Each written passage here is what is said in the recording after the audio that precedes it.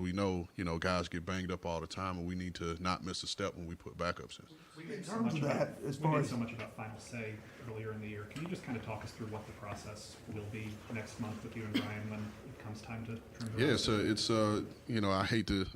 I've gotten off the word. I know it's the buzzword, but it's going to be a collaborative thing, and it's not going to be one of those pissing matches, if you will. Everybody that we have brought here, we brought here together. And, there are going to be some decisions, whether this month, next month, a year from now, where, we're not going to be on the same page. But then that's when it becomes a collective. We have, it's not just Brian and myself. We have other people that are involved in the process who, have a vested interest in it. And so we're going to have all of us involved, but I know ultimately it comes down to Brian and I. And so whatever decision that's made is going to be made in the best interest of the team and not a power thing between Brian and I. in regards to that, how do you feel like you and your staff have done? Because this was a different style of team, especially on offense under Mike.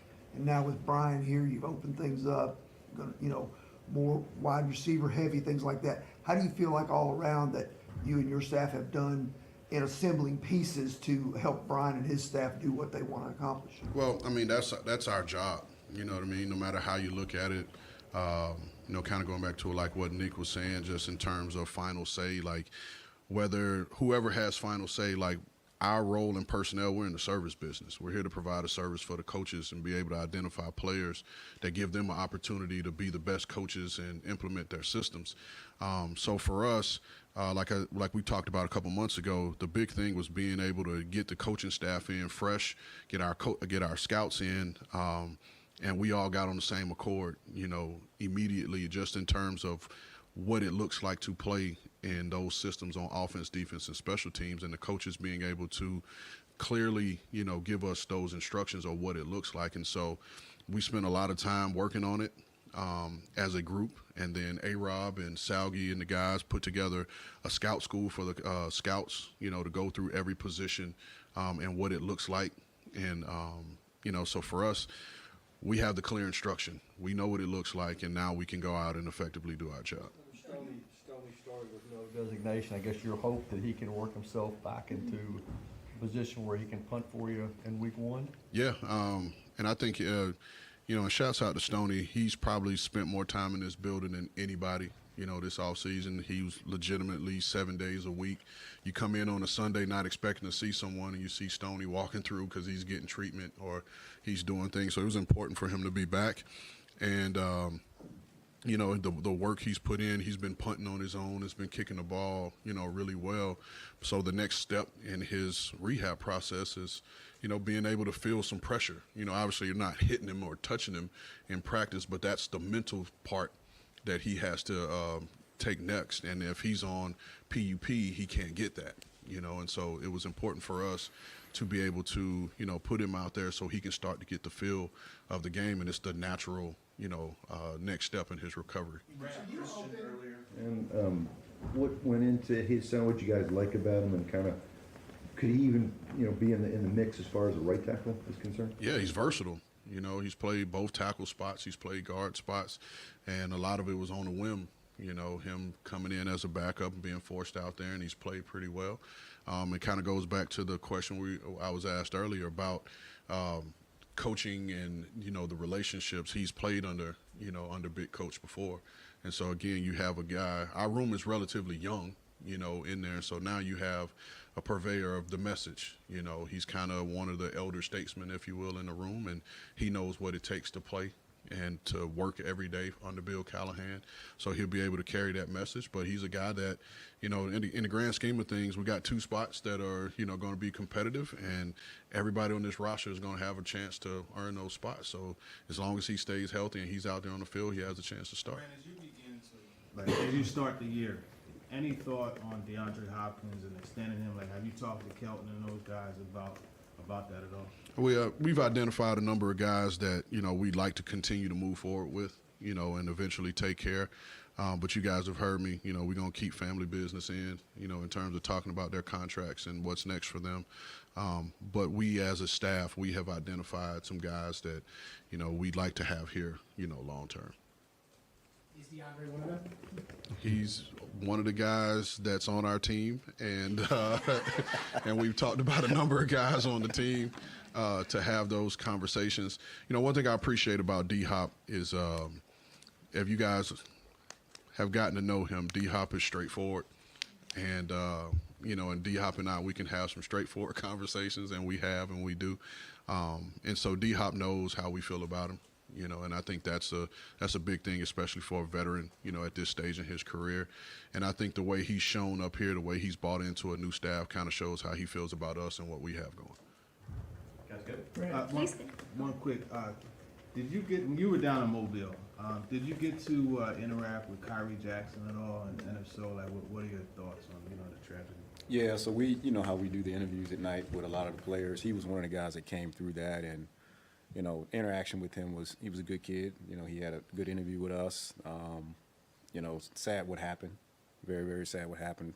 Heart goes out to his family, you know, to the Vikings organization. But our interactions with him at the Senior Bowl, it was good. Steve, what the last one? You obviously had a huge task this offseason to, one, upgrade the talent on the roster, but two, fit personnel to new schemes in all three phases. After going through that process in 7 months, as you start training camp, how close did you get to maybe the dream board that you would have had up 7 months ago? I don't know that you ever hit the dream board, you know, and we talked about it. There were a couple guys that we targeted during the free agency process that we didn't get, but it allowed us to, you know, move in a different direction and get someone else that we didn't anticipate being able to get. I never went into it with a, you know, let me get all these guys. It was just about mixing and matching the best pieces, right? And just understanding how many draft picks that we had and knowing where we had to get to for that, but then being able to take advantage of where we were from a cap space, you know, to get as many good guys as possible. I feel really good about the work that we did and the guys that we've acquired because I think they fit us and who we are and what we're going to be. So I feel really good about that. But as you know, the process isn't over. You know, we got to set the roster, you know, here in September. But like I said, we're sitting there with the 7th spot in the claiming order for a few weeks into the season. So we're going to, you know, keep churning it and keep working until we get the right mix. Were you offered a fourth that could have turned into a third for Derek last year? No, I wasn't. I don't know where that came from. That's not my concern. But we had multiple teams, you know, to call about Derek and offer something that wasn't worth taking or worth even considering, and I communicated that with Derek during that time. But no, we never agreed with anybody to do anything to move anybody. Thank you. Appreciate it. Thank you, All guys. right.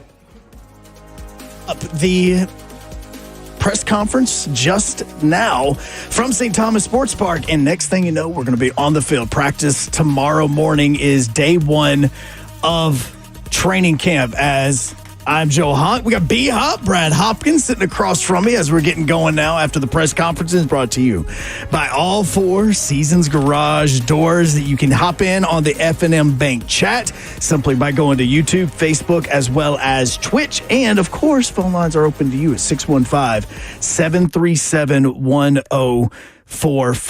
B-Hop, you were listening to Brian Callahan. We were in the studio listening to Rand Carthon as this was going just a few seconds ago. What were some of your takeaways early on from what at least you heard from Brian Callahan about 45 to 30 minutes ago? I love getting on after post-press conferences because there's a lot to unpack, right? We heard a lot over the last, say, hour between the front office of the Titans and, you know, between assistant general managers, the general manager, and the head coach, and they gave us a lot. You know, how practice, the tempo of it was going to be. We've heard everything from how stretching it has kind of evolved into something else, you know, more a burst type situation. I'd love to get more, you know, into that as far as how that evolved. We heard Rand talking about putting together the right mix of players. And that dream board, what is a dream board? So a dream board's something you put up on your wall when you want to manifest something. So, you know, it's everybody has a dream board, right? No, obviously I don't. You don't? Yeah, so for Rand, he probably had like this dream board and J.C. Latham was somewhere up on that. And it was just a picture of him that he cut out of like, teen girls, when they were 17, 16 years old, they used to have their little cut it out of like, Tiger Pride or whatever it was called, those magazines, and stuck it up on the wall. You have no clue what I'm talking about. A bit. Okay, so no, dream board. It's your manifestation board. It's Okay. all the things that you want to happen. I only know this just because I like manifesting. I always believe in that. But yes, that's what it was, is who did he want on his dream board that they were able to get? That's what he was talking about. Yeah. The dream board thing was funny, and you heard people that was even beside the microphones was kind of chuckling at the use of the dream board thing. But Got me with that. I'm like, what the hell is a dream board? That's the first thing I thought of, is that, the Team Beat or all these magazines where all these girls had crushes on guys. Wait. Why do you know about Teen Beat? Because when I was in 7th and 8th grade and you go to a girl's house and you go hang out in a Just room. Teen Beat on the coffee table, huh? You have all those like 17 magazine and all that stuff on there. Yes.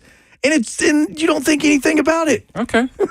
Just telling Not a you. bit. You had no idea. Yeah. But okay, so Just and made there's me also look some weird right clarification now. needed to be made, because you and I were talking. Well, actually, you, I, and of course Reed were talking in the. Yes. We're in the green room. Whatever. About his use of the term when you're asking about players being able to play right or left, and he said the best tackle they have will play right. Right, and to put it into context, we're all sitting, and it's yourself, it's me, it's Reed, it's Zeph. He's already Zeph's in the in there too, building. yeah. We're all listening to the press conference that Brian Callahan is talking about. He's starting to talk about who could potentially play right tackle, because earlier on in the press conference, Callahan said the right side is an open competition, meaning the right guard and right tackle position. So that means that basically we know what the left is.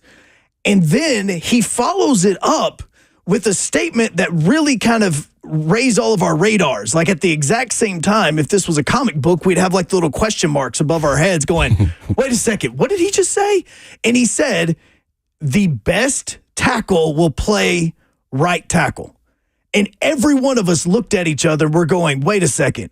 Does that include Latham? Like, what's happening? And people that were at the press conference were putting it in quotations of not named Latham.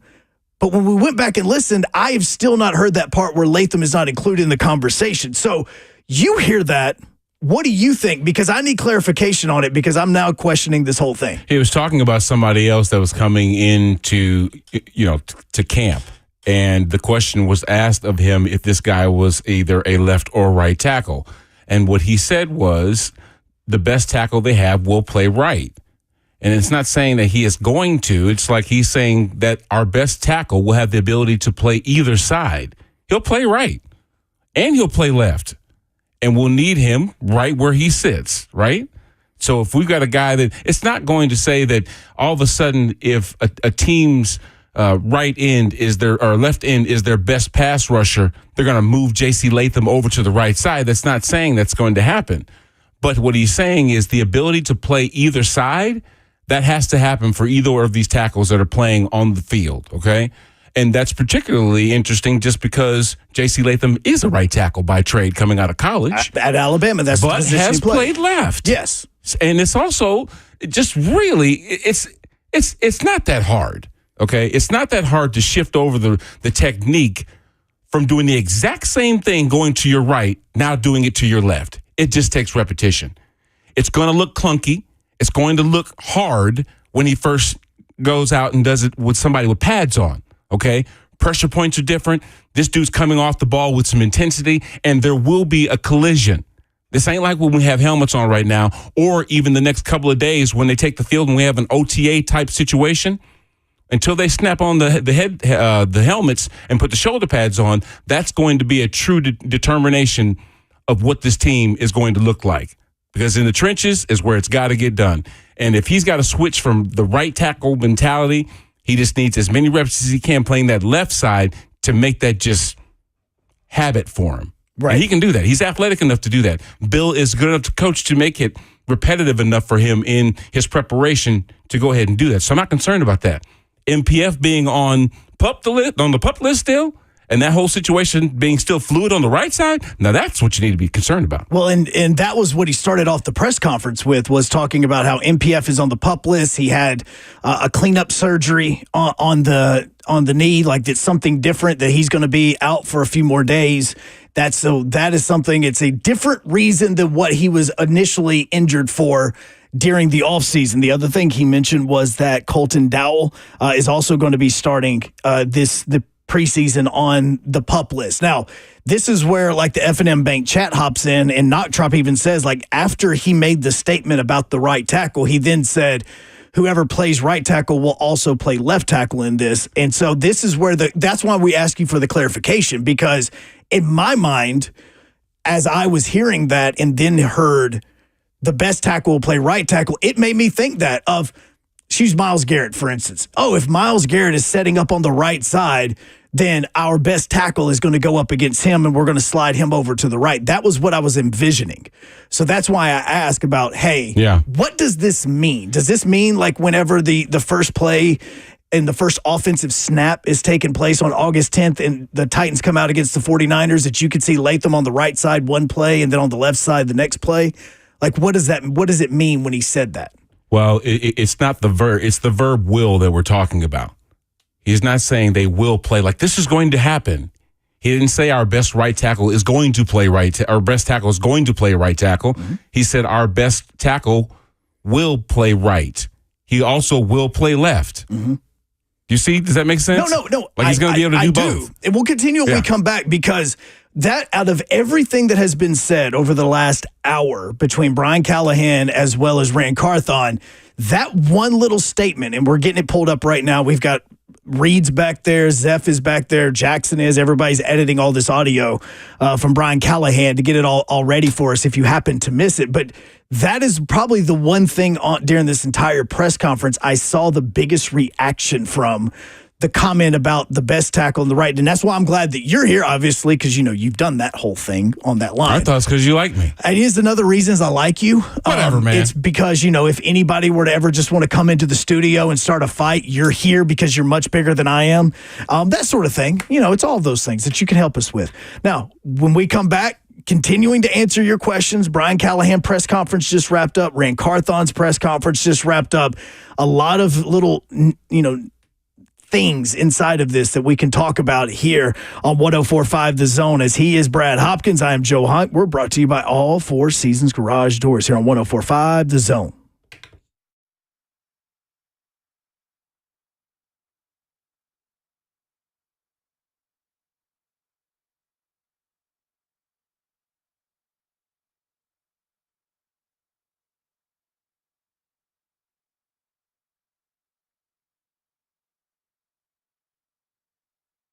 Hey, this is Blaine Bishop, and I'm excited to tell you about Tennessee Orthopedic Alliance, or as you may know them as TOA.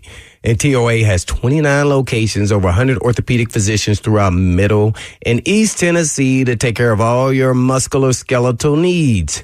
In addition to their orthopedic clinics and urgent care facilities, TOA offers physical therapy, hand therapy, and sports performance training for teams and individuals at their sports performance centers.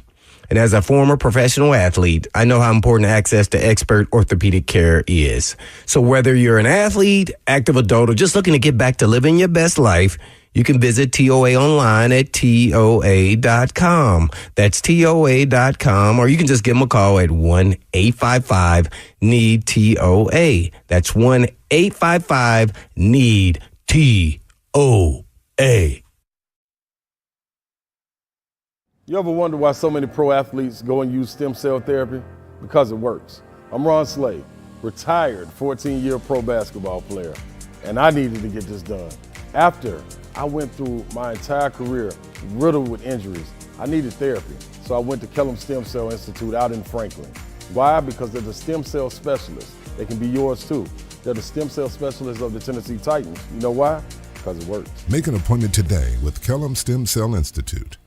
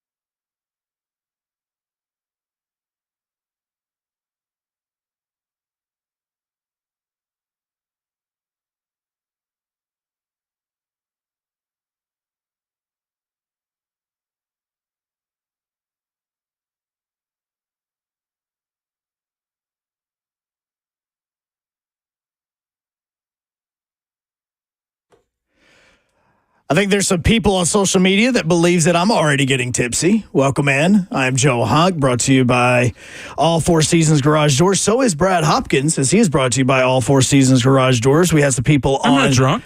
No, me, not you. Me. You said so is Brad Hopkins. No, I was saying. Yes, you did. You include me in your stupor. I said that All Four Seasons Garage Doors sponsors me. And then I said, as they also sponsor Brad Hopkins as well. That's what I was saying. Need more clarification, more space between your So do I about buddy. Brian Callahan, dang it. Yeah. Because if laughing burned calories, B-Hop has already hit his quota for the day during the break. Okay. Because you're funny, that's why. No, it's not because I was trying to be funny, and I'll explain why in just a second. I just had a question because of the way that Brian Callahan said something. Okay? Now, if you're wondering about where Blaine is, he is on vacation. He will be back tomorrow as well. So, F&M Bank Chat is wide open to you by going to YouTube, Facebook, as well as Twitch.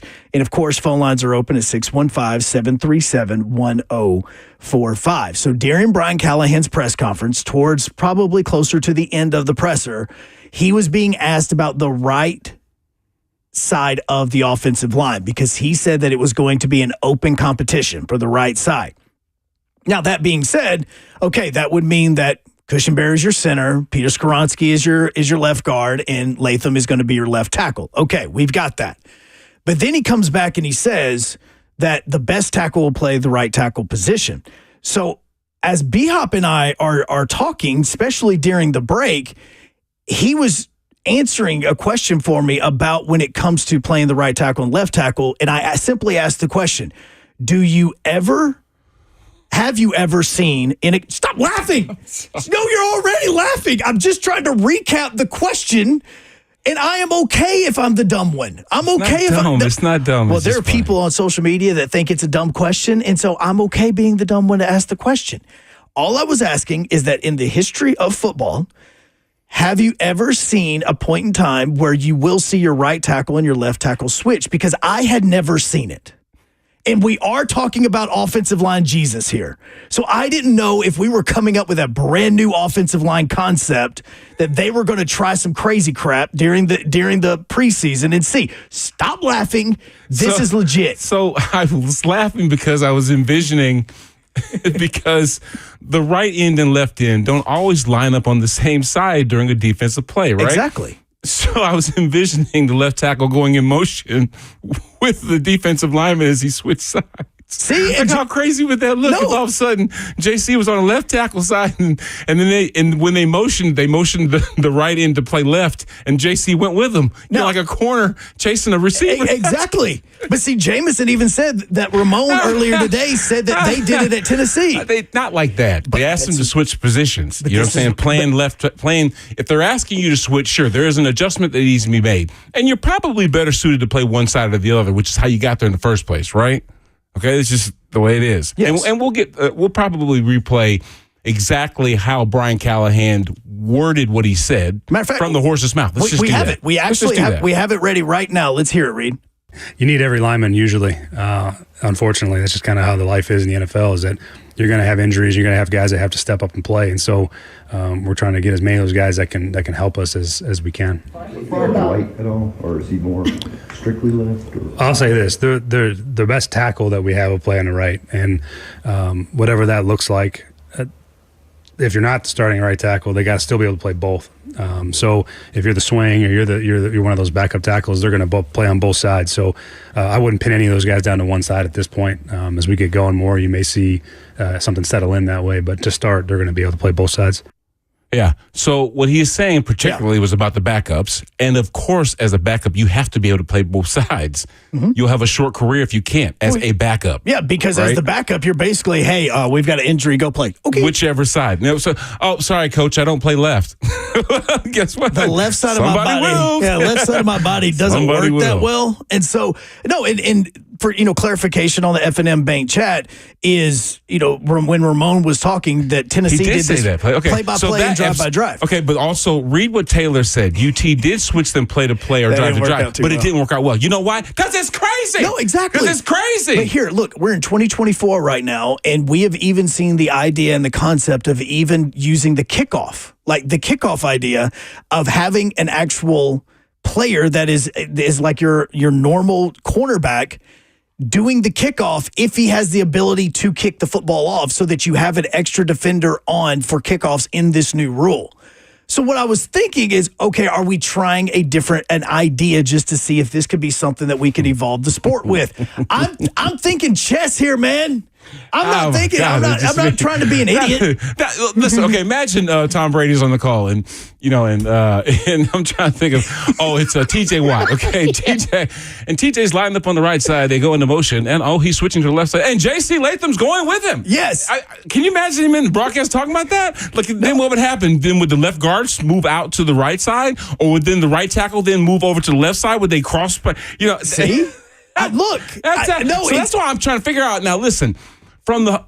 That's another thing. How did Ramon do that without going in motion with the guy that he was trying to block against? That's crazy. See, and so that is why simply hey, Ramon, if you're listening out there, which you're probably not, give us a call, man, because I think that is absolutely crazy that you would have to actually break the huddle. You're going to one side or the other, right? Because just that by the play design, that's what you're going to do. Then all of a sudden, if it's and no, that also tells you that you're protecting. It says that you're pass blocking. If I go to defend your best pass rusher, that automatically tells the defense that I'm throwing the ball. As you're looking at me, I'm texting Ramon right now because I want to know. And man, that sounds crazy. Well, no, and so yes, no, it does sound crazy. It absolutely does. But I was talking about, and that's why I had to ask that question. As far as from a guy that has played that position, is it as crazy as it sounded? But then you hear it and you go, Yeah. So this is okay. Here, let me wrap this up real quick. Yes, the question of Brian the question that Brian was fielding, and I can't remember who it was. It was about a guy that they just signed. No. The guy that asked the question. I'm giving him credit. Oh, you know who it was. I can't remember his voice. I know his voice, but I can't remember his name. Anyway, he asked the question: is the new guy coming in? Is he a predominantly left tackle or is he a right tackle? Which side does he play? Right? He's asking Brian, which side does this new guy play? And Brian is basically saying, all of our guys will play either side. So if you thought that he was going to be a right tackle, you don't know. He might end up being a left tackle and vice versa. And he was basically talking about backups, not JC or whoever's going to win the right tackle spot, which will reveal itself by about this time next week, say Wednesday, when the pads start popping. That's when we're going to know who's going to play right tackle. Right. Now, and that is something else, is the whole that they're not going to be in pads at all this week. It's going to be at some point in time next week whenever they hop in pads. And you said, obviously from experience, whoever thinks that they're the right tackle, they're not going to be able to prove it until they put on pads. Why is that? Because we're going on one-on-ones, buddy. I'm going to tell you this right now. I'm going to be out there practice. I know we're going to be broadcasting live between the first two shows that air in the morning, of course. So they'll be out there, and I'm going to be out there too, my pad and pen, getting a couple of interviews, talking to some people, but also getting an eyeball on the most important positions on this team, and that would be in the trenches. Because it doesn't matter how accurate my quarterback is. It doesn't matter how athletic we are on the edges. It doesn't matter how versatile our backfield is.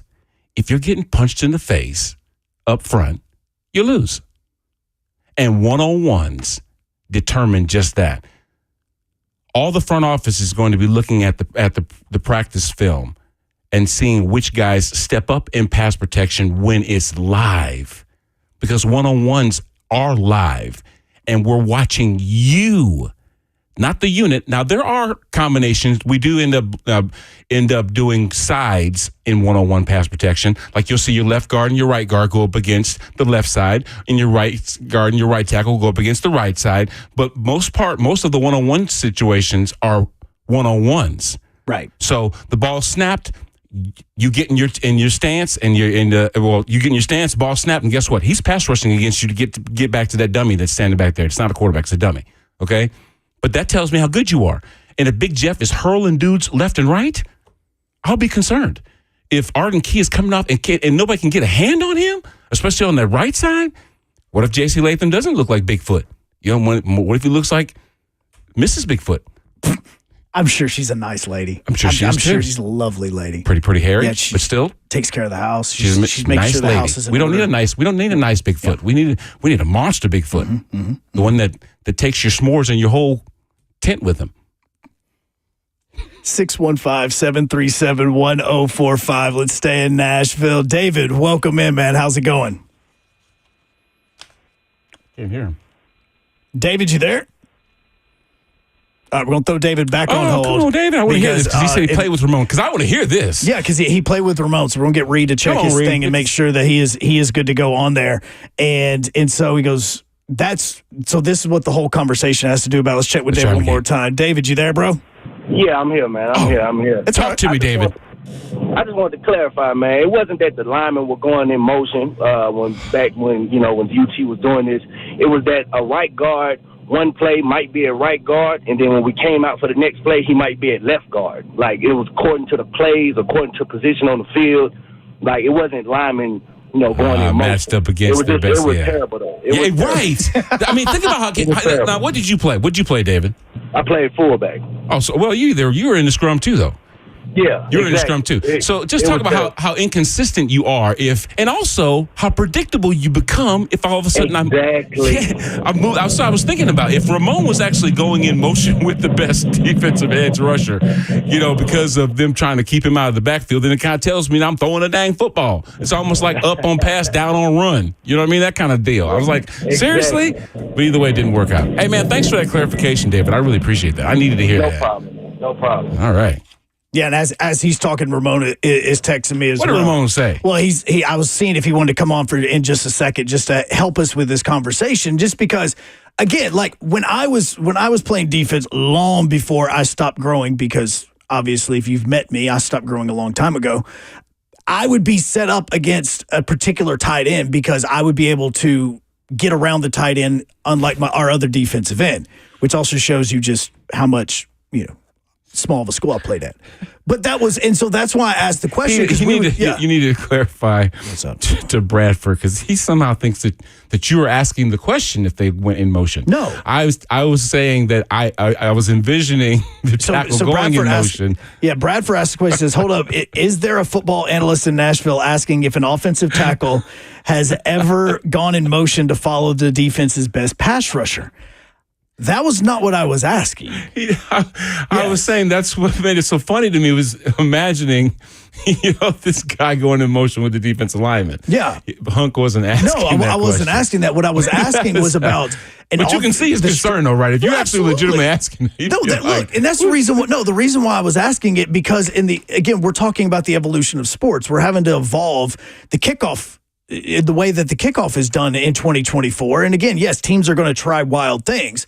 But when Brian Callahan mentioned that, it got my imagination working. Look, I'm going to tell you, I've got a wild imagination. Yeah, I have a crazy imagination. So in my head, the first thing I thought of is, well, wait a second. Could your left tackle also work as your right tackle on different plays based on success and who is going up against the defense? Like a Myles Garrett. Yeah. If you break the huddle and you turn around and Myles Garrett's on the right side, okay, you can flip coming out of the huddle.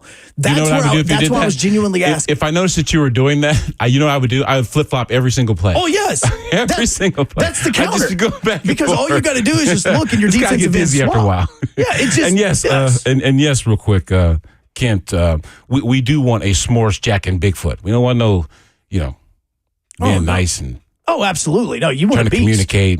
Yeah, absolutely. And so that's why I was asking that question, just because we're evolving you could look at every sport, and at some point in time, somebody said, yeah, that's dumb. That's never going to work. And then next thing you know, you've got 4 infielders playing on one side of the field because you have a pull hitter, and next thing you know, you have the extreme shift. This crap happens. Yeah. So it's why we go back and I asked that, is that something that could potentially work because of the way that Brian Callahan mentioned it? No, obviously you're going to have Latham as your left tackle, but with the way that it was worded, it got my imagination going. I can't wait till the next hour when we bring in Coach Mack because Yes. I want to ask him about this new era of Titans football that we're now about to embark on. When Earl Campbell retired in 84, let me say this, when he left and went to finish his career in New Orleans and was no longer an Oiler, that's when Warren Moon came to be. Mm-hmm. And he had some of the most prolific offenses that the Oilers franchise had ever seen. Even to this day, it's still But the this case. team has been about the legacy of running backs. This organization, rather, going back to Earl Campbell's days, to then get an Eddie George, and then a Chris Johnson, and then a Derrick Henry. It has always been about the running back position. Not this year. Our running backs are interchangeable. He even mentioned it, Brian Callahan himself. I don't view one of them as more of a starter than the other. Absolutely. We're going to run with who's hot. That's what he said, his words, okay? So what that means is the dynamics that we see potentially on offense with these three receivers, Hopkins, Boyd, and of course Ridley, they weren't brought here on their own just to be pieces in the. They were brought here for Will Levis.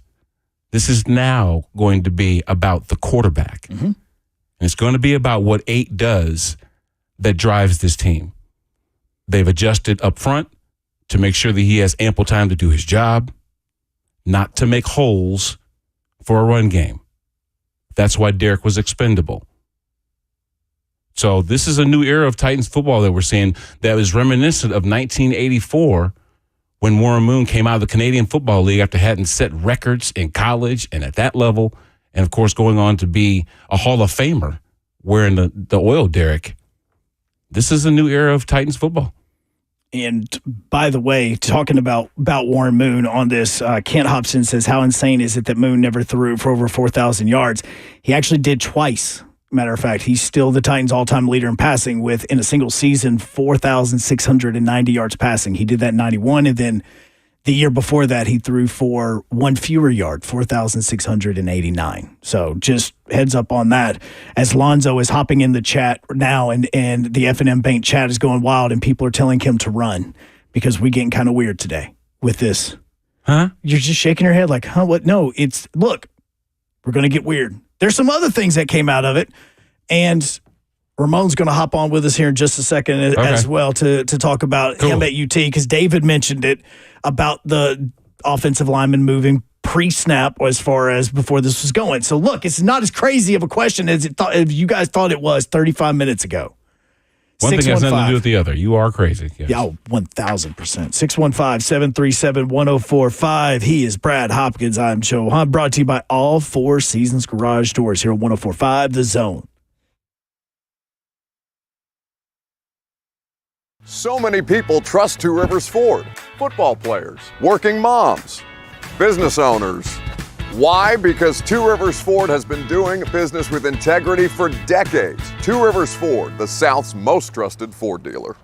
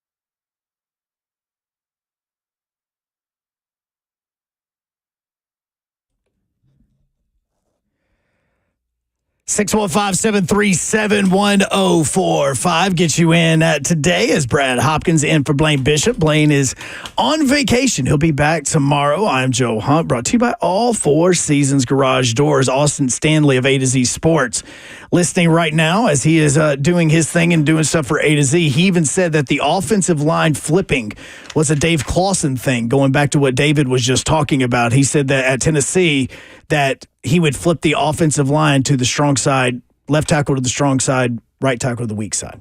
Man, that's what it would be. So obviously you heard David, and Ramon has talked about it on 3HL as well, about how that wasn't really the best idea and that it didn't work.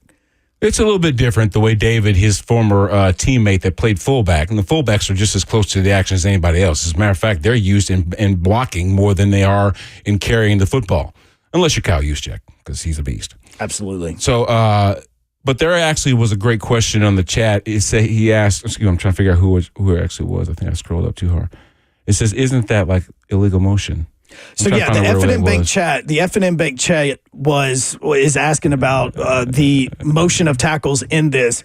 Before we get to that, though, Ramon Foster, RK Dub, is gonna help us out with this, because if you haven't heard it, and Ramon, I know that you guys were off the air with RK Dub before Brian Callahan was speaking, but at some point in time during the press conference, Callahan was asked about if a particular player was good at left side or if he was just going to be solely on the right side.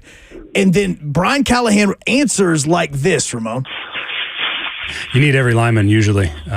Unfortunately, that's just kind of how the life is in the NFL, is that you're going to have injuries. You're going to have guys that have to step up and play. And so we're trying to get as many of those guys that can help us as we can. Right at all, or is he more strictly left? Or? I'll say this: the best tackle that we have will play on the right, and whatever that looks like. If you're not starting right tackle, they got to still be able to play both. So if you're the swing or you're one of those backup tackles, they're going to play on both sides. So I wouldn't pin any of those guys down to one side at this point. As we get going more, you may see something settle in that way. But to start, they're going to be able to play both sides. All right. So Ramon, help us out with this. When you hear that, what did you think?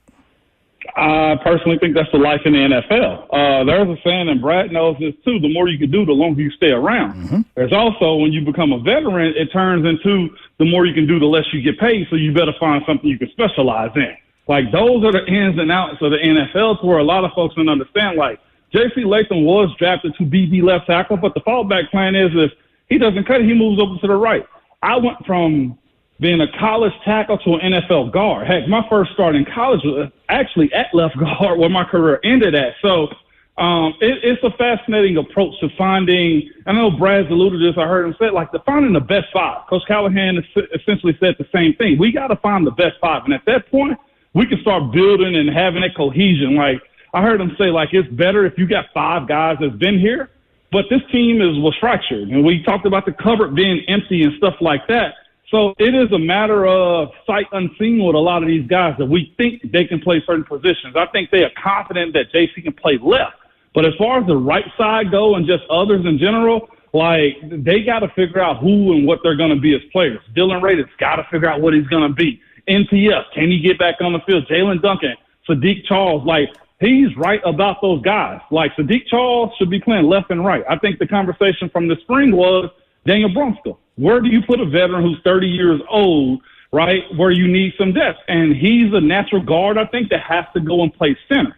So that's the way the NFL is with those guys. And I think that's why when teams have a really good O-line, you covet them. Like, they become era guys, like the Hogs, right, that Washington had for a while. And Dallas has had those offensive lines. The Giants have. Like, that's what you want out of your team, and that's the expectation. But there is a process of getting to the best five. So that somewhat makes sense to me. Well, and Charles was the one that the question was being asked about, if is he going to be on the left side or strictly with the right? And with you guys, we found out through all this conversation, and I know that you'd mentioned on 3HL, what you did at Tennessee, how was that similar to this whole moving around your tackles based on the play? I heard Brad say it earlier, and he's 100% correct. It is reps. It is essentially reps. You can't get better at what they say. You can't make the club in the tub. Like, that's what it is. And that's what it was for me, man. Like, I remember as a pro, we had a scenario to where it was my franchise tender year where I got tendered, and I was somewhat of a swing guy, and then I go in at right guard because the Castro partially towards ACL, so I'm playing right guard, right? And at that point right there, we made it, I think, all the way into week 11. I'm starting right guard. The Castro gets back healthy. And lo and behold, Willie Colon, who was the left guard at the time, tore his pec or tricep. He tore a muscle. So Dave was a first-round draft pick that had only played right guard all his life. For those types of dudes that are career right tackles or career left tackles or career centers, you draft them dudes to play that position. Peter Skoronski played on the left side. Guess what you're going to move? Move him into the inside because I think he's a better NFL guard. That's my personal opinion. But here's the thing. I had a week. We played the Cowboys in Dallas, and I had to move over to the left. I had a week to figure out how I'm going to be dominant on my left side. Like, I'm naturally a right-handed person, but I had to translate my mind, the shifting of my weight, the understanding of how I move, all within a week. And all I did was I got reps with the ones, I got reps with the twos, and afterwards I was walking up and down the field, putting my, like, every 3 or 4 yards, putting my left hand down. Walk 5 yards, put my left hand down, just to get used to the feeling of making my left side more dominant. It's possible to do it, but you also got to have willing participants in this show too. And that's where a lot of these guys, man, they get stuck and saying, hey, I'm a tackle, or hey, I'm a right guard. No, you're a football player, and from that point right there, you get reps and figure out what's going to be your strong suits as it pertains to the team, because it's the one thing that's unique about the NFL. You got this many bodies that have to play one side of the ball for one common goal, and that's to get at least 4 yards of play, right? That's what you're talking about. Look at here, Ramon. Look at here. Yeah. Very rarely do you and I get to share the airways because I usually have you tied up in the closet when I'm filling in for you in the morning. This is like O-line right now. But what you're going to do is you're going to hang up the phone and you're going to call us back on the other side because I have some more questions for you and I'd love to get your insight. We got Coach Mack coming up at 2:20, but before we get into his conversation, I'd like to wrap up this with you. You ain't doing nothing. You just pick up the phone. You're good. No, my dog had an accident in the house, so I had to clean it up real quick. But other than that, I got you. Yeah. We'll talk to you in a few. All right. Okay. Look, Ramon, thank you. O-Line U is going to continue here in about 5 more minutes here on 104.5 The Zone.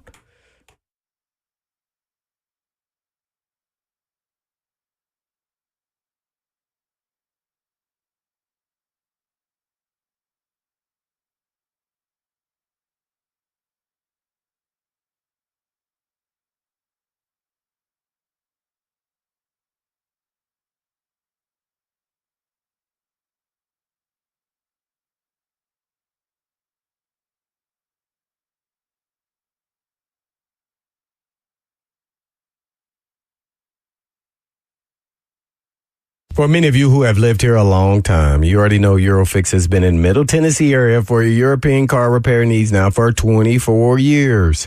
We've all gotten to watch them grow. And I don't know about you, but I love watching a hometown business take off.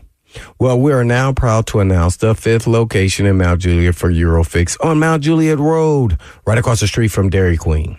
And Eurofix can serve you in Franklin, Hundred Oaks, Murfreesboro, Belmead, and now Mount Juliet. Pretty cool getting to watch a small-town mechanic starting in the barn of his backyard of a single-wide trailer and now grow to 5 locations repairing thousands of cars each month. And at Eurofix, you get a 3-year nationwide warranty and a free loaner car with every repair appointment. And all you have to do is just give them a call at 844-EUROFIX. That's right, 844-EUROFIX, or you can just visit them online at myEurofix.com. That's myEurofix.com. But I always tell them, Blaine,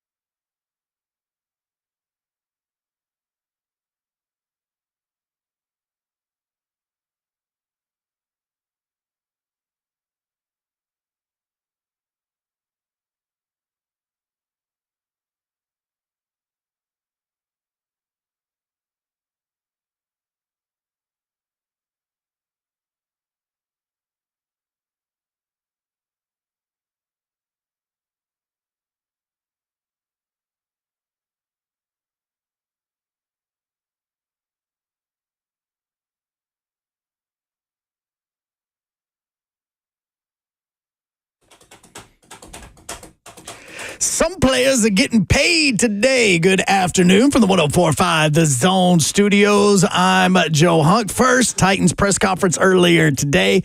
Brian Callahan spoke, Rand Carthon spoke, and now comes practice as the team is going to step on the field for the first time tomorrow morning as they start training camp, as we are just 18 days away from the first preseason game. The Jaguars announced that they have signed Tyson Campbell to a contract extension. 4-year deal is going to be worth $76.5 million, with $53 million of that guaranteed. It makes him the 6th highest paid cornerback in the NFL. And Brandon Ayuk ended up reporting to training camp for the San Francisco 49ers. For all your foundation repair and waterproofing needs, you need to visit USSTN.com. Breaking news at once on your home for the Vols. This is the flagship station for your Tennessee Titans. This is 104.5 The Zone.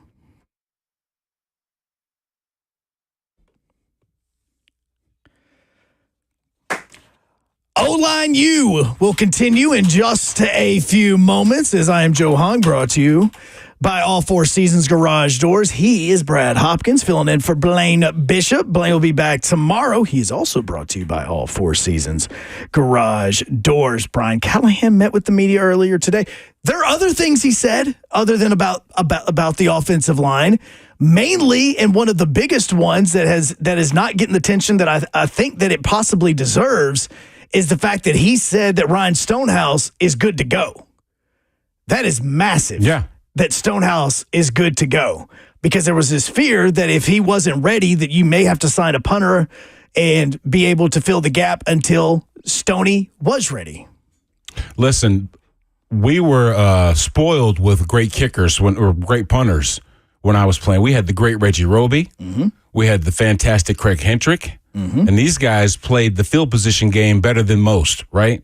Pinning an offense, allowing a defense to pin its ears back, maybe with some more opportunities with better field position when they punted. So it's super crucial to have Stonehouse ready, healthy, and available this year. Now, the other thing that was mentioned before we get back to Ramon Foster is that MPF as well as Colton Dowell are both going to start preseason or start training camp on the PUP list. MPF had surgery a while back. This was not for the same thing that knocked him out for the rest of the season last year. This is actually just kind of a cleanup on the knee. The other thing is, we're going to get to see Sweat on the field tomorrow, as Callahan says that he is ready to go, and he should be good. But we go back now, and we continue our previous episode. Last time on O-Line U, Brad Hopkins was about why to do ask, I hear soap opera music in the background in your intro? When you two are on the phone together, it's OLU. Anyway, we don't watch the stories in here like Buck and Lucas. Anyway, listen. That's the reason the TV broke is because of them. Moni Moan. Yeah. So the conversation morphed into something that really wasn't reality. In my vision, I'm envisioning you breaking the huddle and finding out where the best defensive end was on that play and going to that side. It's kind of funny to think about you maybe going in motion once you think the defense is set, and the guy that was playing left all of a sudden switches over to right, and you got to follow him like a corner. That, to me, was funny. And then we had David call up, your fullback from back in the day, and he did more of a clarification in showing basically your predictable offense you ran in college. Did you really basically switch sides determined by what the play was called? My guy David Holbert, man. Yeah. Yep. Man. Yeah. So in college, okay, so here's the thing in college. In NFL, I never did that, okay? Of course you did. No. In college, we had what we call strong and weak. I was on strong and quick. I was on the strong side, and we had other guys that were on the quick side, I guess, put them in space. What happened by the time we started playing Florida, and about week 3 or 4 during my senior year here also, there were defenders on that side, on the defensive side of the ball, calling out the plays like, hey, the play is coming right here. Exactly. Wow. Yeah, Exactly. and we're talking about college athletes that are capable of doing this. Like, I'm not crapping on college defenders, but, Brad, you know like I know, college defenders don't even touch what NFL defenders are capable of seeing. Yeah. So that was my point on that, which is why, of course, everybody told me to let it go, but that's why I've always somewhat had to gripe with our former offensive coordinator, Dave Clawson, about that. Like, we installed that offense in the summer. We weren't going to play that offense until we got to training camp. And that's where it became problematic. You can't really scheme the way you want to. Like, there was a lot of issues in that offense. And that is somewhat, I ain't gonna say it's impossible to do because Bobby Petrino did it well at Louisville. Remember, they went to the Orange Bowl with that style of offense with Michael Bush.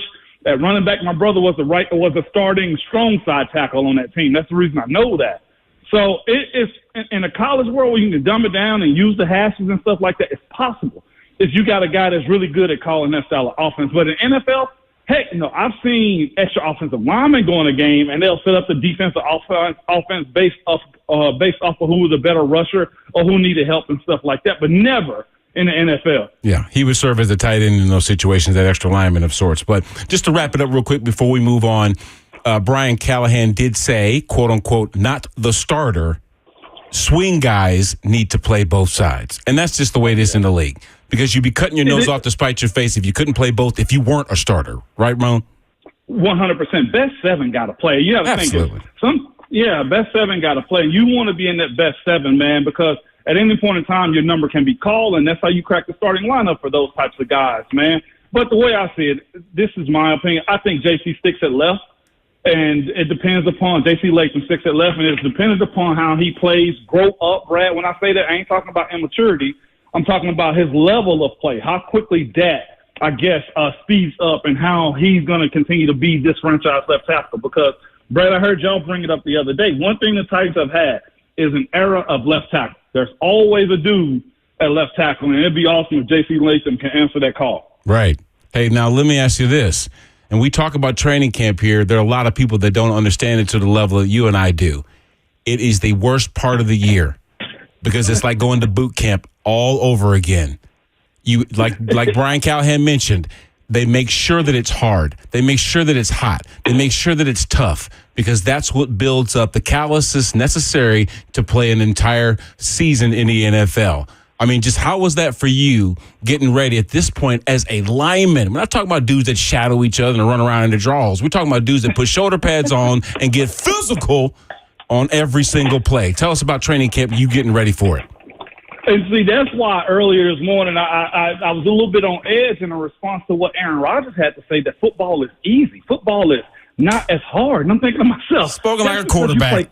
Bleep you, Aaron I know, Rodgers. he's a quarterback. Brett, I'm glad you can back me up on that one because I'm like, training camp for the dudes that play within 5 yards of the ball, it is, except for the quarterback, training camp sucks. Like, you get to a point to where mentally you trick yourself enough that you say, all right, well, I know in 4 days we got a game, so they got to slack off a little bit. But the day-to-day, the hustle, the bumps and bruises, like, Brad, I'm not sure if you said this on the airways, but did you legitimately, like, because I did, I felt my forearms, my arms, my shoulders, like the skin get harder because of what training camp and the hitting and the day-to-day could be like. That's the way it was for me because when we speak about getting in football shape, it's not the running, it's not the cardiovascular, right? It is my forearms are harder, my hands are conditioned to hit more. Like, I felt like I built the callus around myself, and that's because the physicality of it, Brad, you can never take that away. That to me is what makes football, American football, so unique is you got to go do exactly what you said you're going to do when you play that sport. You can't just say, man, I'm going to give you this work, and then you go out there and get, like, plowed on your back, right? Like, football makes you intentional. So playing in the trenches is even more intentional, and that's where our coach, Coach Tomlin, would always say, hey, everybody got something dirty about our job. So he was conditioning us mentally that, look, the physicality is a part of what y'all going to do. So either you suck it up or, hey, you lose this six-figure job and go sit on the couch. Watch this. Why are you pointing at me? Because I want you to listen to what Ramon's going to say. I'm going to throw his phrase out there, and you just run with it, okay, Ramon? Okay. One-on-ones. Oh, my gosh. See, his first response was, oh, my God. Go ahead, finish. But because it's an everyday thing. And here's the thing about it, Brad, and this is where it starts to separate folks. Like, everybody can give you 2 plays. Heck, everybody can give you probably 5 plays, right? But the idea that, look, I just got beat 3 plays in a row and I don't get another opportunity, right? The world is crashing down because your job is predicated on either the run block, but most importantly, the pass pro, because that's what butters everybody's bread. It's the quarterback, right? Right. So one-on-one is by far one of the most, and it's a good healthy too. is one of the most high anxiety things you can do in training camp, because if you lose, Brad, how many times is the coach going to go back and look at how you lost?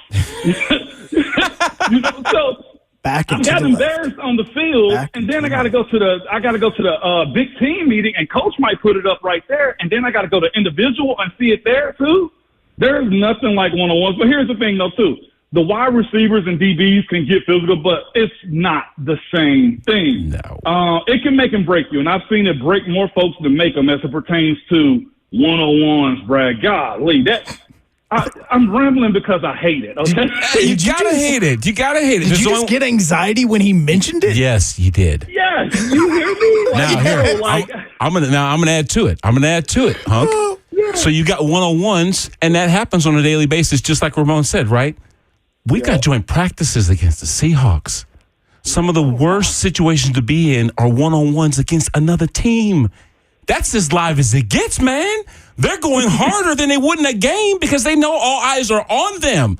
Am I wrong, Ramon? No, 100%. It's a direct reflection of your competition in the league. Now, there's a little bit of adrenaline when you walk into the stadiums that you find strength to handle it. But in practice, where you've already had 45 minutes of individual, you go do a team run session, you go back to individual for another 20 minutes while the DBs do 7-on-7, right? And then you go to one-on-ones. And then more times than not, the head coach is there, the defensive coordinator is there, the offensive coordinator is there, and everybody's watching you either kick some, or steal some. Yeah, like Jack Pardee used to say, hey, we're going to a butt kicking contest and we're providing the foot. Exactly. But I will say this, though, Brad, and I know you wouldn't change it. It is a beautiful process when you start to understand how I become a pro, what it means to be one.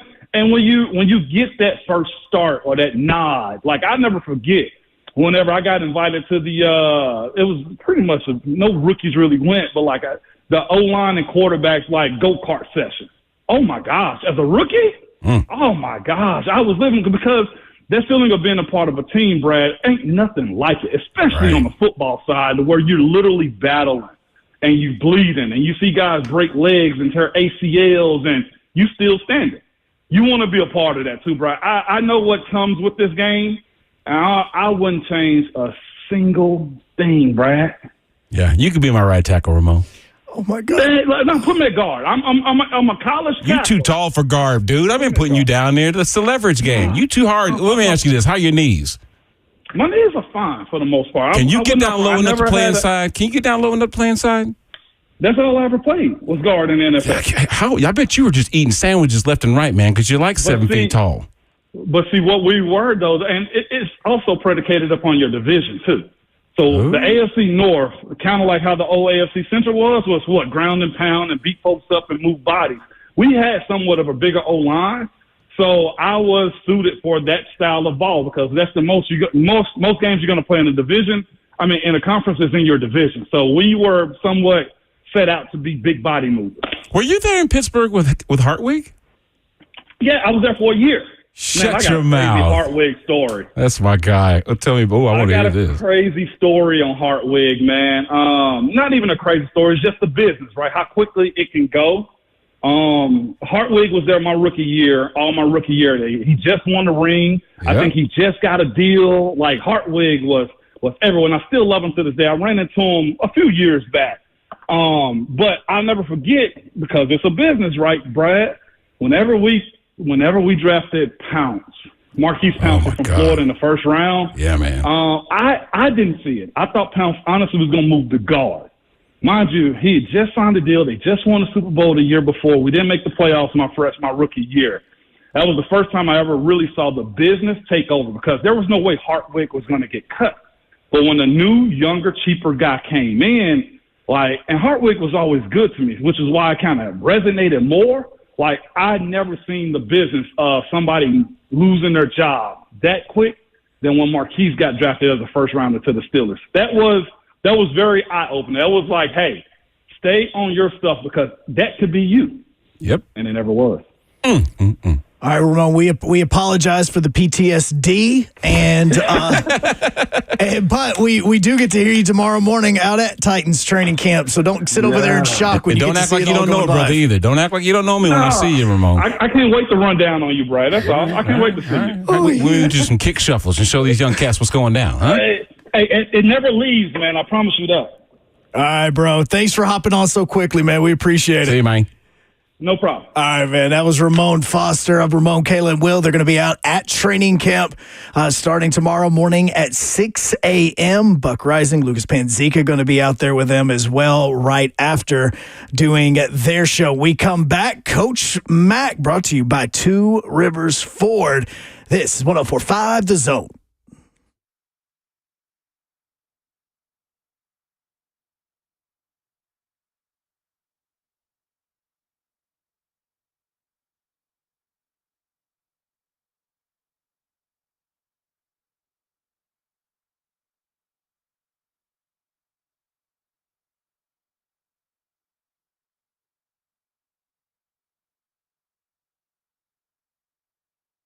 Hey, Tennessee, summer's in full swing and Cool Ray's here to make sure your home is ready for all the fun and the sun. We've got some sizzling deals that will keep you comfortable and worry-free all season long. So ensure your family stays hydrated and healthy with free water quality testing, because nothing beats a refreshing drink of pure water on a hot summer day. So get ready for summer activities with a $500 off tankless water heaters and $250 off tanked water heaters. Perfect for endless hot water when you need it the most. And don't forget to keep your home cool and comfy with our $49 AC tune-up. And make sure your air conditioner is ready to beat the Tennessee heat. And this summer, let Cool Ray take care of your home so you can focus on making family memories. So call us today and take advantage of all these scorching hot deals. Cool Ray, your trusted partner for a cool and comfortable Tennessee summer. So visit coolray.com or give us a call now at 615-570-0900. That's 570-0900 and Cool Ray, keeping Tennessee cool, plumbing right, and always lights bright.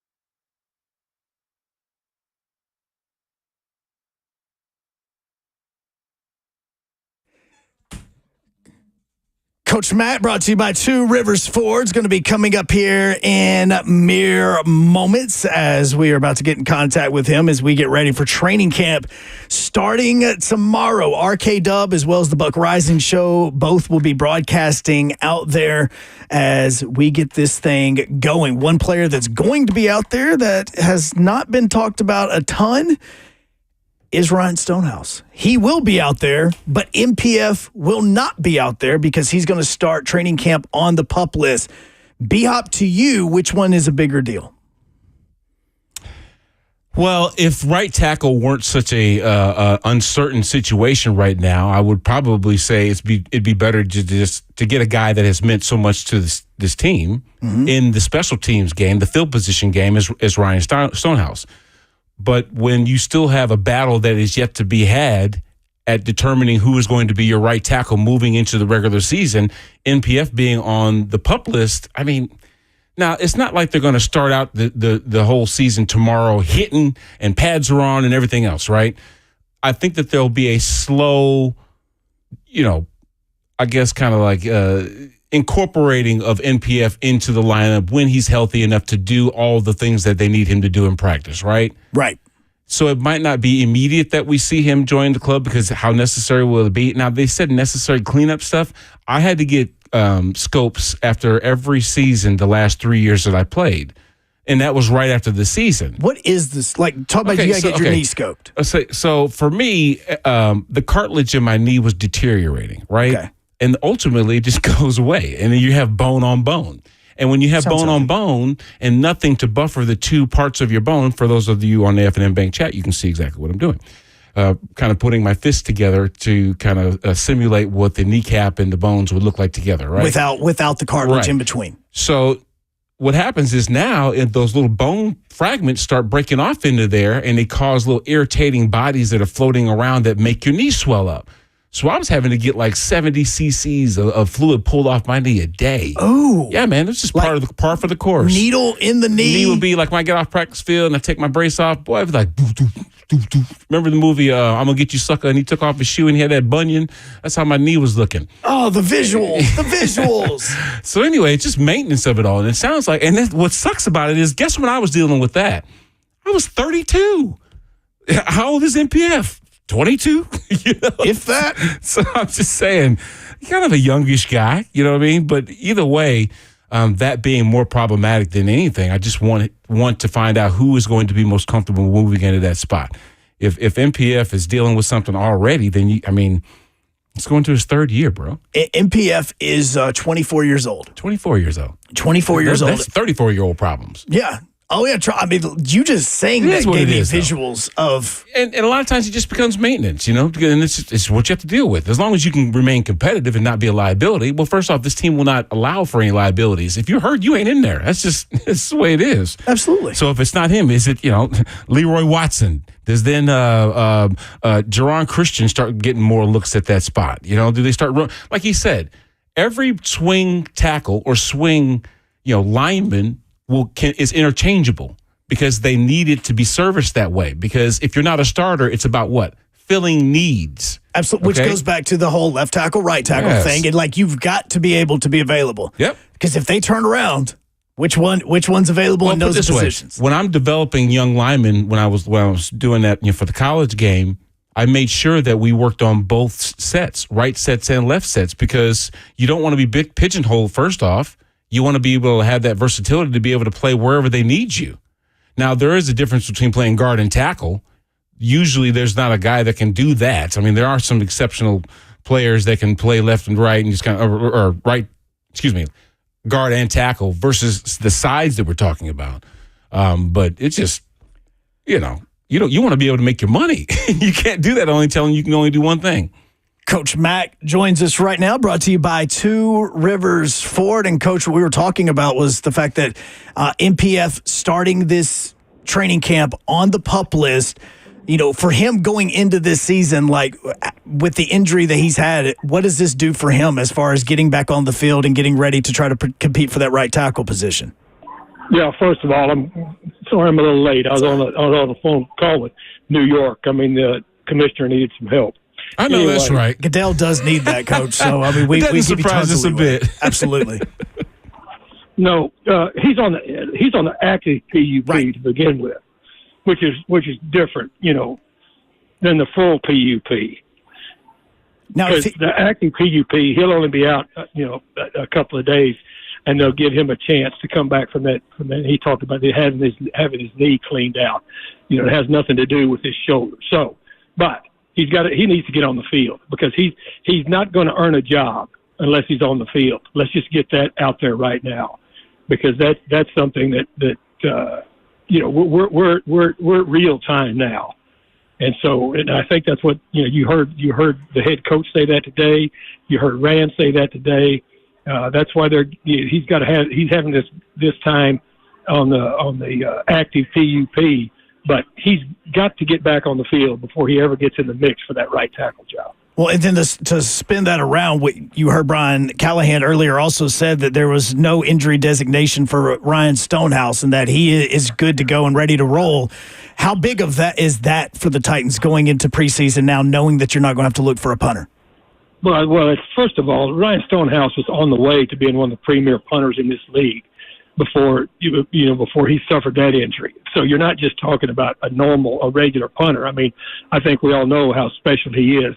And of course, he and Rhett Bryan had established a real close relationship. Rhett kept up with him throughout his whole rehab process, and in just seeing him during the OTAs and the time that you could tell that he was progressing. You never want to assume where anybody is as far as rehabbing an injury, but I knew just watching him work in the indoor every time I'd walk through there to go to practice and then visiting with him. You could sense that he was doing everything that he possibly could to get back out there. And that makes me really happy when they said that today.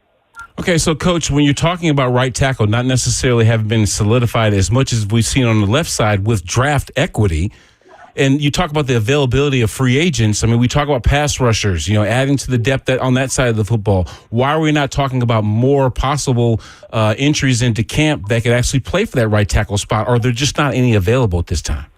Well, I think that, this too, Hoppy. There's always somebody available. Now, the degree of ability, availability and ability are two completely different things. And so they're going to need numbers. You always need numbers in the offensive line. I mean, and people don't understand, especially you do. You understand it. The daily grind that takes on the two positions that in all of my years of coaching that we always ran out of once training camp started was offensive linemen and receivers and DBs, just because the receivers and DBs run so much. And the offensive line is consistently banging on people. Now, when I'm talking about, when I first started, there was, 2-a-days banging on people in full pads, which you don't have anymore. But still, it's a physical position. And you heard the head coach saying today, they've got to get physical. The times that you're allowed to have pads on, because that's the way you have to get ready to play. But you don't want to bring somebody in just to hold a spot, especially now during training camp. What you will be looking, and I think Anthony talked about this today too, they're going to scour everybody else's roster too to see how people are faring across the league. And so you're always looking to build on that, but you don't want to bring somebody in just to have a body. You just don't want to do that right now this early. Coach, you mentioned 2-a-days. You mentioned also being physical. I guess that comes along in doses nowadays. Because when I was looking at the practice schedule, I don't see the guys out there on the field for more than, an hour, maybe 15, 20 minutes, compared to, like you just mentioned, us banging on each other for 2 days, twice a day, rather, and for almost the entirety of training camp. Just talk about the development or how hard it is nowadays to develop talent with the small sample size that we're actually able to use. Or is that beneficial nowadays? Well, I think it's beneficial for, of course, this was all collectively bargained. You know that. Okay. I mean, it's all collectively bargained. For these were some of the chips that, that the players threw in on the table when you start bargaining about an extra game. And now you start talking about putting an 18th game in there. This was all collectively bargained. So as a coach, and again, I've got experience working it all the way from what you talked about, 6 weeks of 2-a-days every day in pads, to what we are now, I've worked through every iteration of this as a coach in this league, and so you adapt. But you adapt, and then what you have to do, it's incumbent upon your assistant coaches and your head coach to be able to form practices that get the most out of the time that you're allotted. And especially now, with the time limited, with the good thing about it is, Hop, everybody's got the same rules. Right. Okay? It's easy to follow rules. You just have to try to get the maximum out of your guys within the confines of the rules, because those are set, and you know as well as I do, they have observers now that not only come and watch practices, you got to send tape of your practices in, to the NFLPA every day. They get the tapes every day of what's going on, so that they can see what's going on. It's monitored. So as a coach, you adapt, and that's just what you have to do. Coach Mack joining us right now, 104.5 The Zone, brought to you by Two Rivers Ford. And, Coach, when the Titans practice is over, we're going to see a ton of videos on social media. They're going to be going everywhere. People are going to get excited about who is on the field, who's not. But from a coaching standpoint, we're talking day one of training camp. When you're on the field and you get there to practice, what are you looking for from these players when you were going through training camp and you were in Brian Callahan's position? Well, first of all, you're looking for carryover from your OTAs. You're looking for carryover from your OTAs, with knowledge and also with technique, repetition. That's what you're looking for first. And then what you would like to be able to expand on where you ended with your OTAs. And the other thing that you would expect now, you tolerate some repeat offenders early on in the OTAs. You tolerate that, but now the tolerance for repeat offenders goes way down, and it gets close to zero, because you don't have a lot of time until you're starting the preseason games, and then when Seattle comes in here and you're working against them, and before you know it, I mean, you're game planning for the Bears. And so what you're looking for is guys, their recall from what you've done in OTAs, both technique-wise and schematically. That's what you're looking for first.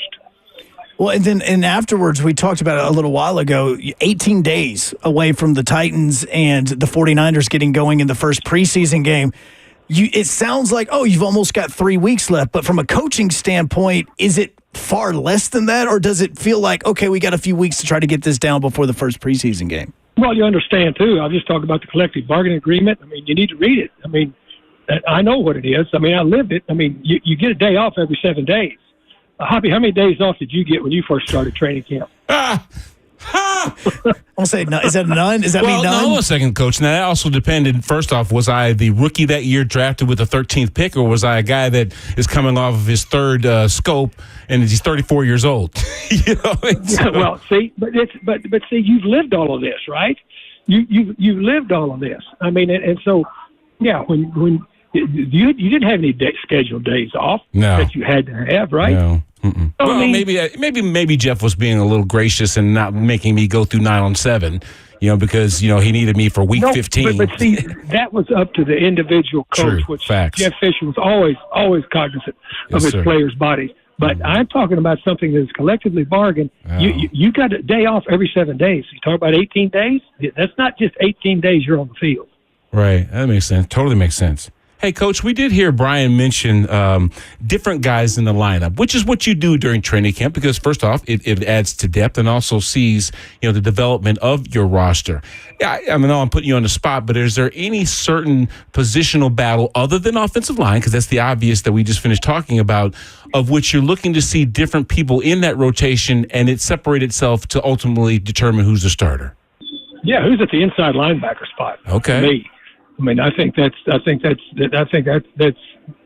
very, very relevant, and especially, I mean, in this defense that they're going to run, they're going to have a lot of varied looks. In other words, their matchups are going to be varied. I'm going to be real interested to see as this thing fleshes itself out.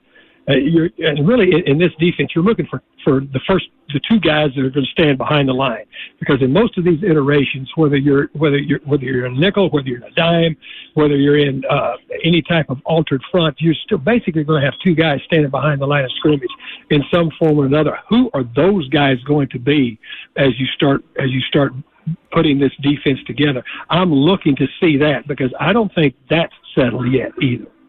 You know what, Coach? We'll get you out of here on this.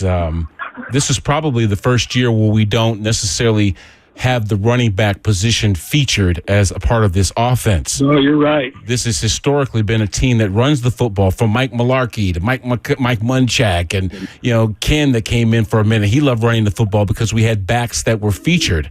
Not so much anymore nowadays. What are your thoughts about ushering in this new era of slinging the bean around versus the ground attack? No, it's a completely different offense than anybody has ever been associated with the Oilers/Titans. It's a different iteration. Because think about it, just to your point. Earl Campbell, Eddie George, CJ2K, Derrick Henry. It's always been a singular back dominant offense of some form or the other, some form or other. It always has been. That's been the nature. This is completely different. Now you've got an offense that's going to, it's going to still run the football. There's going to be different types of runs. You're going to see both of these backs that are complementary backs. They both got some very similar skill sets. You will see both of them in there at the same time together, but also you will see them on first through third down spread out in there. There'll be numbers plus splits with these backs because they can run individual routes. This is a completely different offense than this is the 25th year that the Titans have been here, correct? Oh, yeah. Celebrating the 25th year and then go back even before because, I'm a Texas guy. I go clear back to the Earl Campbell days. This offense has always been a singular dominant back. Not anymore. It's going to be very, very different. Coach Mack, we'll go ahead and let you go just in case Goodell wants to call you back. And, exactly. Wants to get your opinion on the 18-game schedule or anything like that. So we appreciate it. And I know a lot of us are going to be out there tomorrow, so we'll see you tomorrow at training camp. See you in the morning, Coach. Guys, it's always a pleasure. See you guys. See you, sir. As head coach, or former head coach, Dave McGinnis, he is the Titans radio head coach. As Coach Mack joins us, and it's always brought to you every single week by Two Rivers Ford. Phone lines are open to you as we wrap everything up. 615-737-1045. You can also hop in on that F&M Bank chat at YouTube, Facebook, as well as Twitch. This is 104.5 The Zone.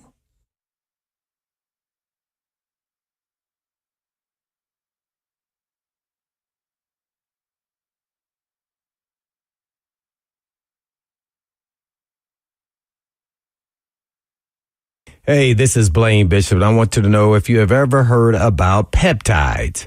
And peptides are shaking up the fitness world, and they are naturally occurring aminos in our bodies. And as we age, they start to decline. And at some point, they may need to be supplemented. This is why our workouts can stop being productive at the gym. And maybe you feel like you've hit a wall, or perhaps you feel tired all the time.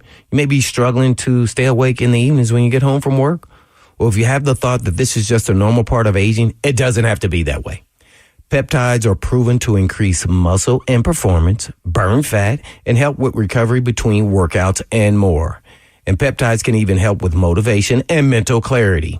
These are safe, naturally occurring aminos, not pharmaceuticals. A natural and holistic way to get your body back to peak performance. Plus, Edge Peptide Therapy has the most comprehensive blood panel around. So when you go to Edge, you will know exactly what's going on inside of your body and what it needs to get back to peak performance. Just like I did. So feel better from the inside out. So go to edgepeptide.com. Yes, that's edgepeptide.com, or you can give them a call at 615-724-1878. That's 724-1878.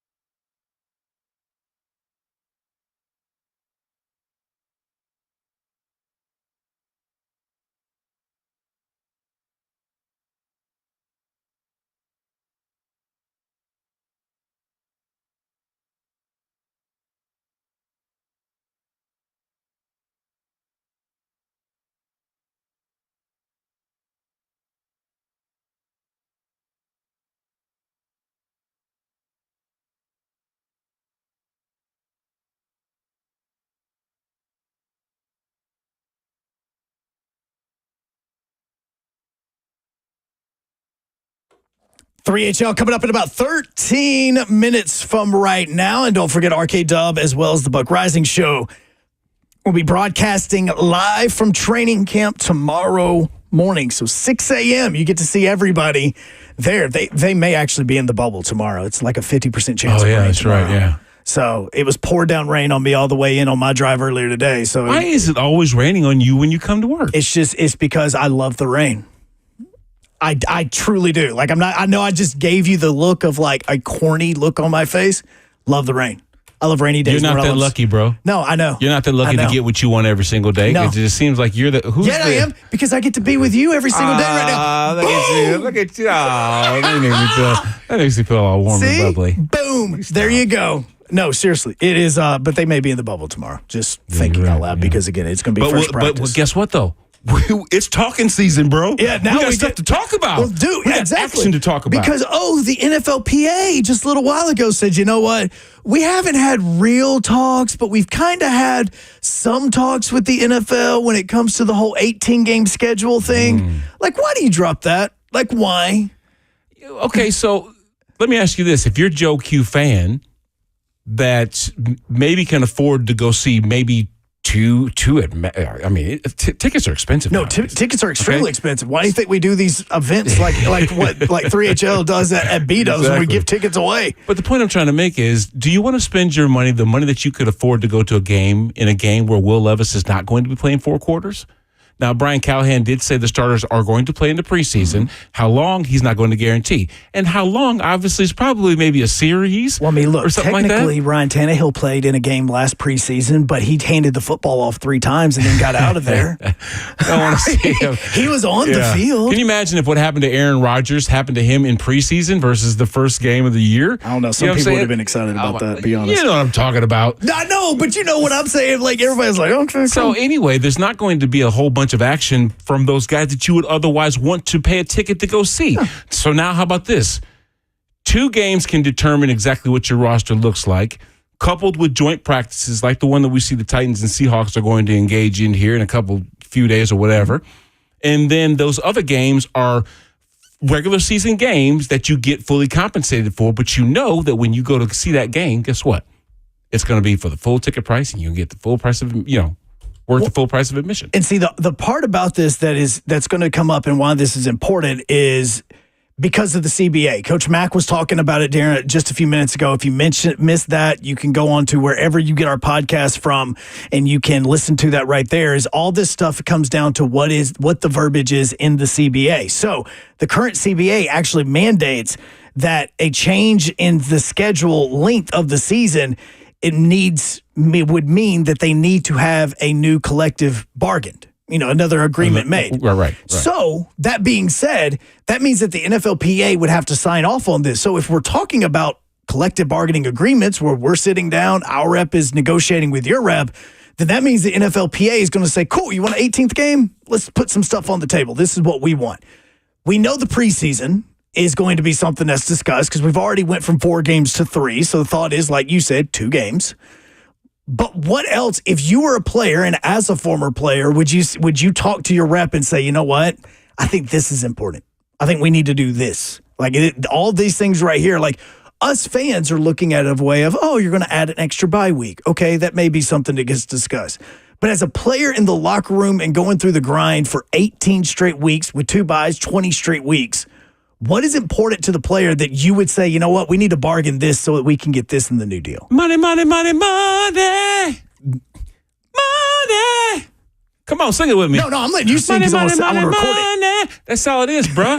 More share of the TV revenue, put some more cash on my baby blue, because the checks were baby blue back in the day. I don't know what the color they are now. I have got to check. The checks that you would get from the team come in baby the same colors as our jerseys. Baby blue.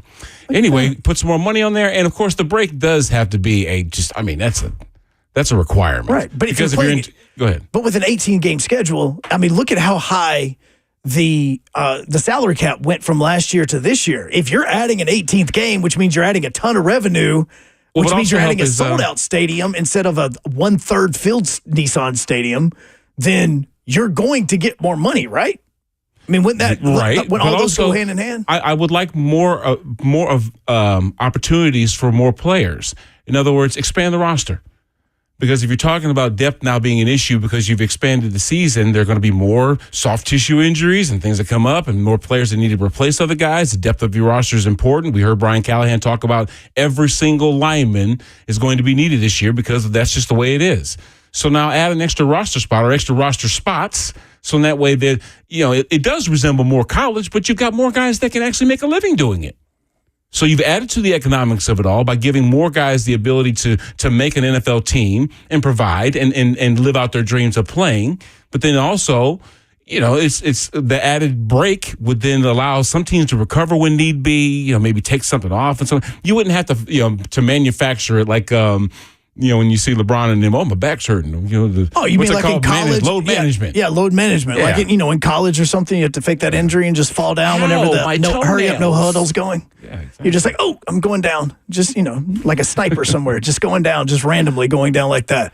But no, and that's why I was asking you as a former player the question, because there are things that are important to you that the normal person that has never played and never been in that lifestyle would never even think of. Like they just wouldn't in that when it comes to recovery or days off or the ability to do X, Y, and Z. Like those things are important to you.